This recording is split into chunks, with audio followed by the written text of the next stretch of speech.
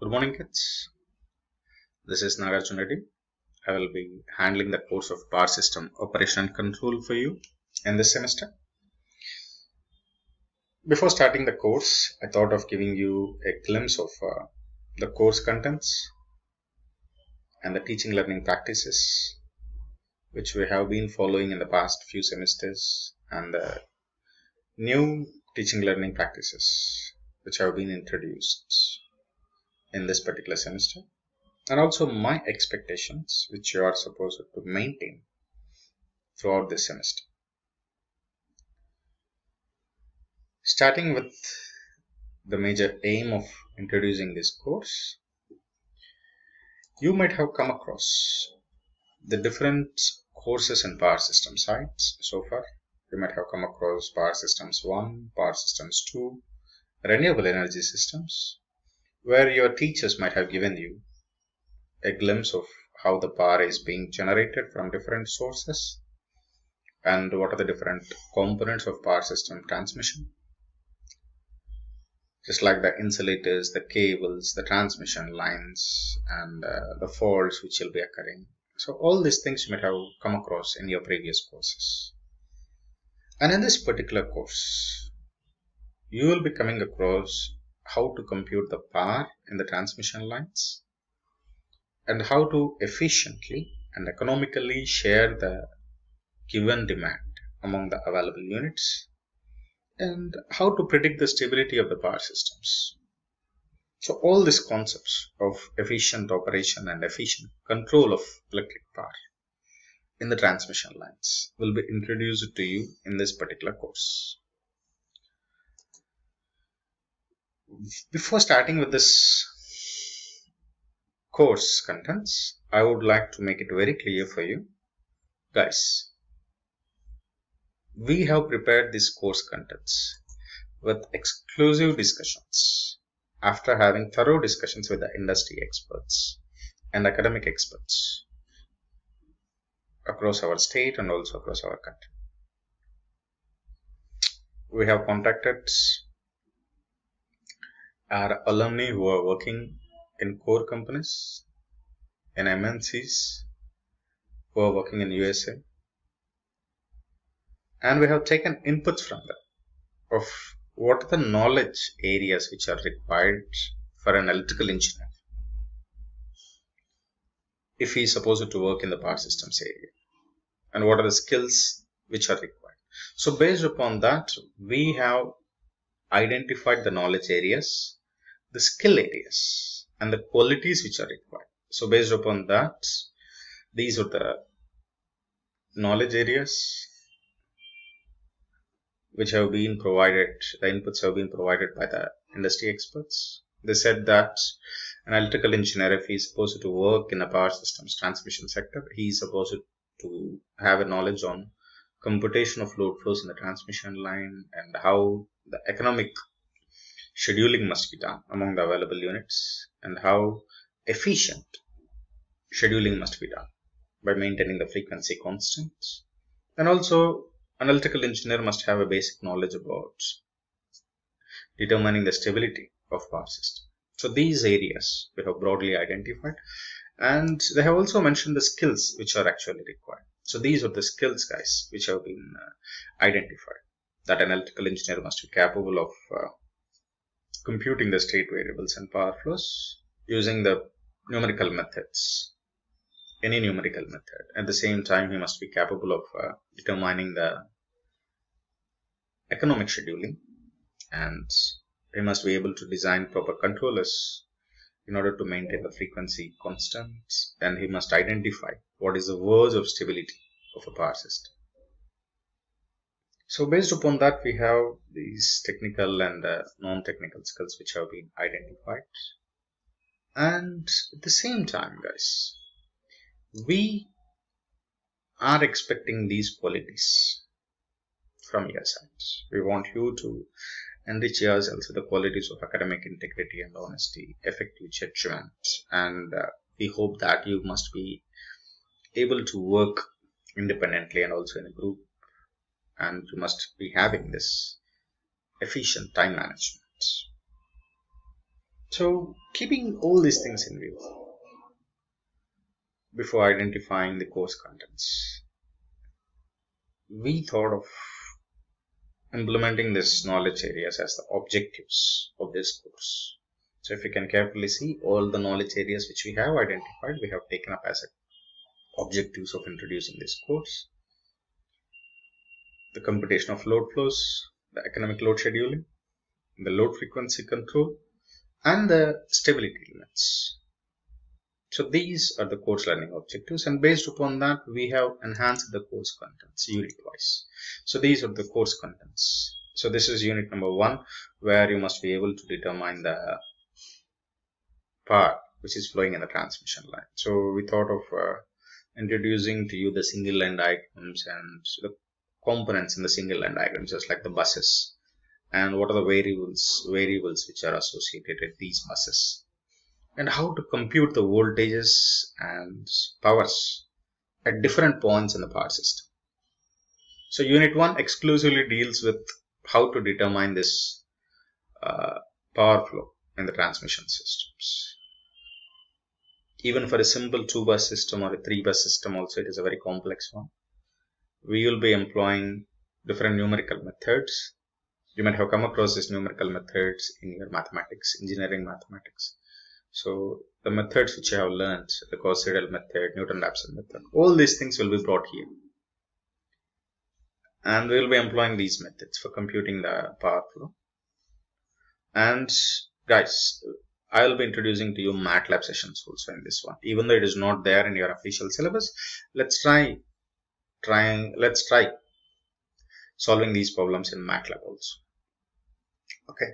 And in unit number 2, it is exclusively about sharing of, let us suppose if a demand is given for you, that you are supposed to meet this 500 megawatts of electric power, and you do have some 10 units. So how to share your demand of 500 megawatts among your available units in a more economic fashion. Even though your units look identical, their economic characteristics will be different, right? So how to share among your available units. So that we will be dealing in unit number 2. And unit number 3 is exclusively about maintaining the frequency. You all know that as an electrical engineer, our primary function is to provide a reliable supply, which means we should maintain our frequency constants. Because in modern days, everything is dependent on the system frequency, isn't it? Even the satellites also, they are depending upon the system frequency which we are providing. So we should maintain the frequency constant at any case. Standard frequency is 50 Hz, right? So actually, why do this frequency changes? Why does it change? And what are the factors which affect the frequency, system frequency? And what can be done to maintain it constant? All these things we will be dealing in unit number 3. And unit number 4 is exclusively about stability. There are so many types of stabilities, guys, but we will be concentrating on rotor angle stability, which you might have come across in your synchronous machines. It is one of the key important stability terms, rotor angle stability. So we'll be discussing about how stability is identified in a power system, how to predict stability, and what can be done to improve the stability limits. Okay. So these are the 4 units, course contents. So I hope that by the end of this course, you will be able to compute the power in the transmission system. And I hope that you will be able to determine the economic scheduling. And you will be able to design suitable controllers to maintain the frequency constant. And in the final unit, I hope that by the completion of the units, you will be able to predict whether the system is stable or not. And guys, these are the textbooks. I want every one of you to purchase the textbooks, guys. Try to stop the habit of following the teacher's materials and the online textbooks. As an engineer, we must inculcate the habit of buying the textbooks. So I want every one of you to buy the textbook, the prescribed textbook, Nagarath and Kotari. Whenever you are back to the class, I want every one of you with the textbook in you. you should inculcate the concept of reading the books. So the first textbook, you try to buy it. It is somewhere around 380 rupees, available in our Zubair bookstore. You can buy it, or you can buy it on Amazon also. Nagarathan Kothari, Modern Power System Analysis. And I want you to carry that textbook to the classroom every time. And guys, and the second reference book, CL Vadwa also is one of the important textbooks which you are supposed to buy. It will be helpful for you for other courses also. So guys, try to buy these two textbooks. One is Nagarathan Kothari, the other one is CL Vadwa. Okay. And those who wish to study any further, you can go through this power system analysis course. I have also completed this one online. It is available in SWAYAM and NPTEL. And guys, let me give you a glimpse about outcome-based education system, which we have been trying to implement very hardly this time. We have been practicing it for the past few semesters, and this semester we are introducing to you the outcome-based lecture schedule. Guys, once again I'm saying, I'm not going to explain to you every cock and bull stories in the class. I'll be concentrating only on improving your learning strategies. So I won't be giving you any derivations in the class. You should come prepare the derivations. For every class, you should come prepare. So what you are supposed to come prepare, it is called a self-learning topic. And what I'll be discussing in the class, it is called as classroom discussion topics. So for every class, I will show you guys.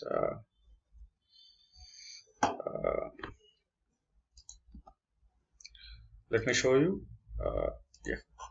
This is a lecture schedule which I have uploaded for you guys. Now this consists of all this knowledge areas, skill areas, qualities which I have mentioned for you. And see guys, this is week 1, class 1. I have mentioned the date also. Unfortunately, I have not taken this one.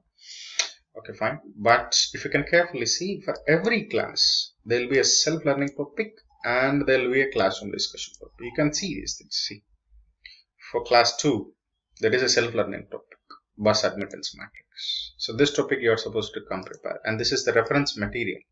Nagarathan Kothari, chapter number 6. This is the topic 6.2. You are supposed to go through that one. And this will be discussed in the class. Problems on bus admittance matrix. So these, again after the class, you are supposed to go back home and you are supposed to review these things. So this is to be practiced from now onwards, guys. For all the classes, there will be a self-learning topic if it is required, and there will be a classroom discussion topic. And after I discuss in the class, when you go back home, you should go through these topics. Okay. And the outcomes also are clearly mentioned. And this particular topic, whatever I have been discussing, that I will give you a simple notes also, just a 2-page notes. See, this is classroom discussion topic. So these are the things which I will be discussing in the class. And this is the motivation, why you should go. And these are the outcomes which you will be getting. See, after completion of this class number 1, you will be able to state the need for load flow studies and list the steps. I'll be giving you a glimpse about what I have discussed here. You can go through this material and you should go back to the textbook and read through the topics which I have mentioned there. Okay. So this is to be, and these are the questions, guys. Lecture level questions. Lecture level problems. If it is a problematic thing, you are supposed to, you must be able to do these problems, or else you must be able to practice these questions. Okay. So this is required, guys. So I will be strictly following this particular thing. Okay. And apart from this, guys, we do have a tutorials also this time. So every week for a tutorial class. See, this is a tutorial matrix which your class teacher might have already explained for you guys. So the identified students. See, in PSOC tutorial 5 B190061, he is supposed to solve these problems, T5 problems, tutorial 5 problems in class. Like that, every student will be given a particular tutorial which he is supposed to solve in the class. Okay, guys. So you can go through this tutorial matrix which is already available in your course. Okay. And at the same time, guys,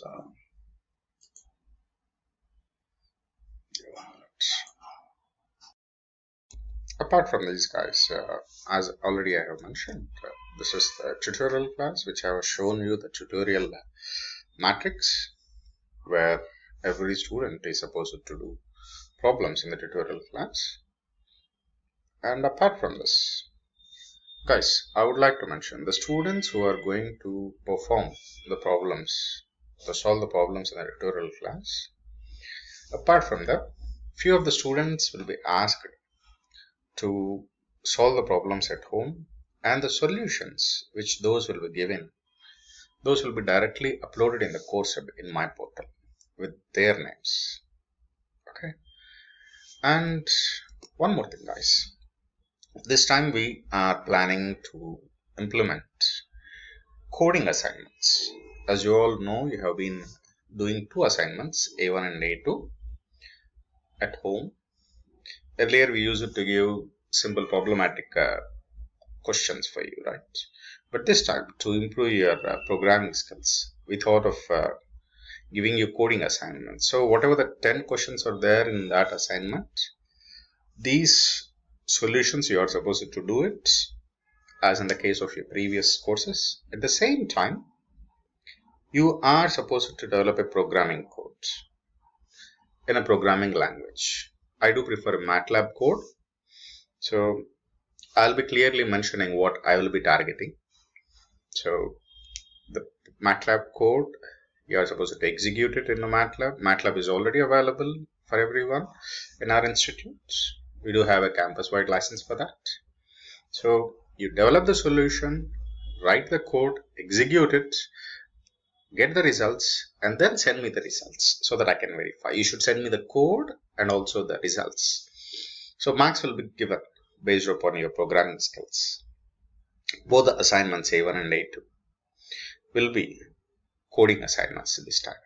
Keep this in mind. Guys, this is gonna help you a lot to improve your programming skills. Okay. And apart from this, you all know that we do have special assignments. I don't know whether you have been doing these things in the recent past or not.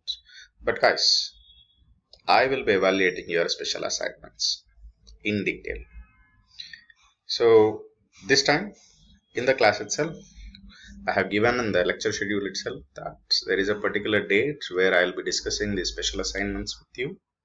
So one of you guys will be picked up to discuss the special assignments. So we will have a quick discussion on what the course summary, patent summary and the research paper summary in the class. And based upon that, you go back home, read that PDF file, develop some knowledge, and write it in a 2-page format. Okay. And guys, do not copy. This is a test for your understanding skills and your writing skills. I will be evaluating them, and these assignments are subjected to plagiarism. Do remember that one, okay? And I will correct it each and every sentence and each and every word, and I'll give my feedback for these special assignments. This will improve your understanding and writing skills in particular. So general assignments, this time for programming skills, this special assignments for your understanding and writing skills. Apart from this, these will improve your breadth of technical knowledge also.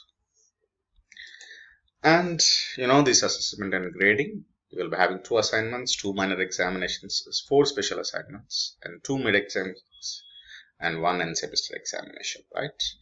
So apart from this, guys, one thing which I am supposed to mention is you are supposed to go through this list of course projects which I have uploaded in the courseware. I suggest you guys doing course project, at least one course project in your 6th semester. Maybe it's my course or somebody's course. It's your choice. So whichever the course project which you are more interested in. Let's see if any one of you can complete this course project. You will be getting a certificate that you have completed a course project from the department, which can be used to strengthen your resume. So these are the course projects which you can do in this one. The detailed description can be found in the course web. I suggest at least a few students, maybe some 4 or 5 students, do take up a course project. It is a single, it must be completed on personal basis. So if anybody is interested, there is a request form in the course web. You fill that form, you fill in the title which you want to do, and keep a mail to. And guys, those who have completed the course project, I, along with that student, we will go with the journal paper for that one. Okay. And this is the list of course research papers and patents. I have tried hard to find the relevant papers. Each of these special assignments is related to one particular unit. So you can find them, you can go through them in the course web. So guys, coming to the end, my expectations, very simple expectations. You are supposed to attend each class, pay your utmost attention, and read the recommended textbook. I already told you, buy the recommended textbook and read the recommended textbook. And you should work all the assignments. Okay. Thank you guys. That's it. I hope I'll be joining you in our regular classes from tomorrow onwards. Okay. Thank you all.